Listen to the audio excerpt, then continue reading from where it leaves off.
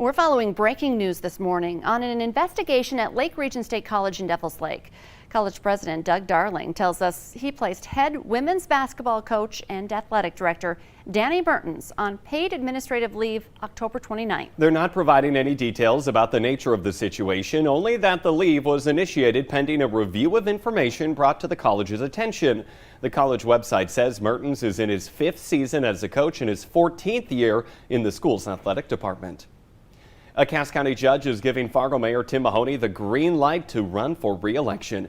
There had been a question of his eligibility because of term limits in Fargo. The city attorney had said Mahoney was not eligible to run based on city code. Mahoney's term is up in 2022. Fargo schools are easing up on their masking policy. Face coverings will still be required in school buildings during school hours. But the superintendent says masks will no longer be required during non-instructional hours and in district facilities that are not schools. Masking has been a hot topic. We all know it. It's spurred protests in the district since the start of this school year. 6 minutes before 7, let's check in with meteorologist Lisa Green, tracking some big changes. Yeah, it's already started this morning. Rain is affecting many places in the valley, especially on the North Dakota side. You could see the raindrops on our camera in Devil's Lake and the rain on the surface as well. So a rainy start for anybody traveling there and across much of the valley. And if you're not seeing rain just yet, you will as the day goes along. So I want you to use some caution all day long if you're hitting the roads. And in some places there may be a bit of a mix, especially up around Devil's Lake and in the Northern Valley today. So this is something that's going to be something you'll need to be careful of and be ready for as the day goes along. And of course, we know we've got some snow on the way as well in the forecast. And in some places it is trying to mix over. Here's the Northern Valley. You could see north of Grafton up into Pembina County, the Cavalier area, up toward Walhalla. We're trying to get some of that rain changing over to snow in these pink and blue areas. That's where we're looking at a mix or all snow indicated, at least on the radar in the clouds. And that's where temperatures are closer to freezing. Elsewhere, we are into a green area for most places, indicating some rain. Grand Forks, one of those spots. And again, over into eastern North Dakota, we're seeing widespread areas of steady rain. Fargo's been pretty quiet, but we've got rain pushing into the FM metro area right now. So get ready for that. And more starting to spread into Minnesota. So conditions around the valley. We're looking at places reporting rain in places like Jamestown and over in Devil's Lake. Temperatures ranging from the mid-30s to some upper 40s. Fargo's at 47. It's 39 in Grand Forks right now. So your bus stop planner depends on where you are, but we have the potential for some showers to affect you this morning out at the bus stop. And heading home, certainly more likely to see those showers.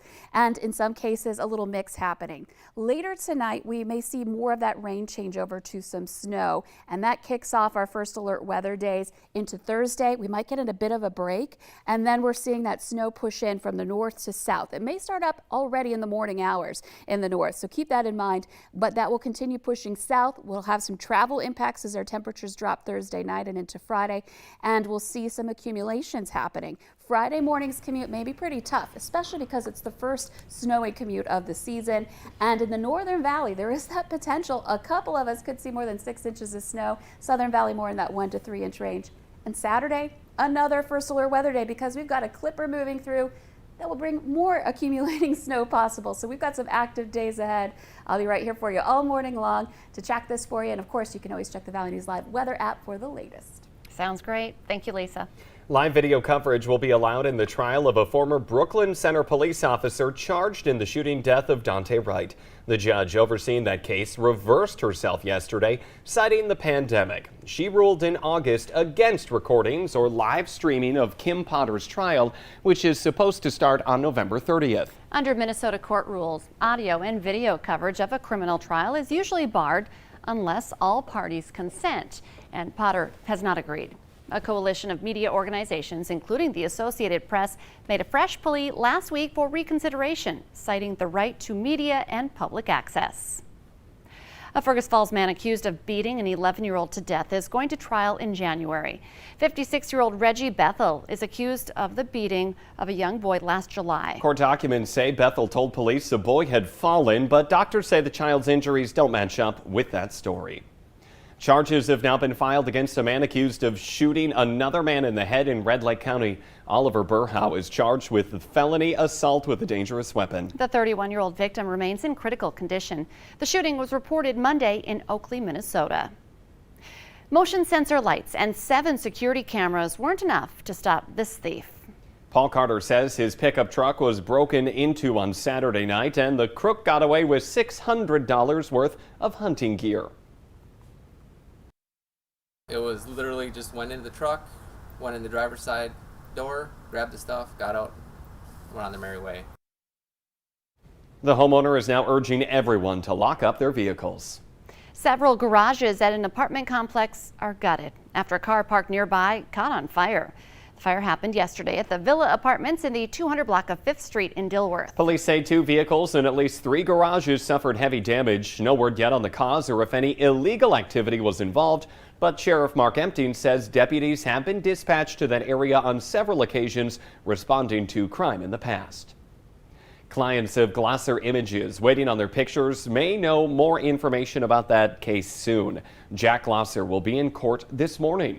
Hundreds of complaints have been filed against the company after their abrupt closing this fall. Atlanta-based vendor Shootproof is stepping in to deliver images to families before the end of the year, but is now saying some may take longer. Let's get the answer now to that question of the morning on Facebook. Our question today is, the average person buys nearly 3 of these every holiday season. The answer, rolls of wrapping paper. Of course, it's almost that time of year. It really is, and then you have to take the empty roll and hit the people nearby with them, right? Isn't that the fun of it? Especially if you have a younger brother or sister. Yes. The Valley Today continues right now on the Fargo CW.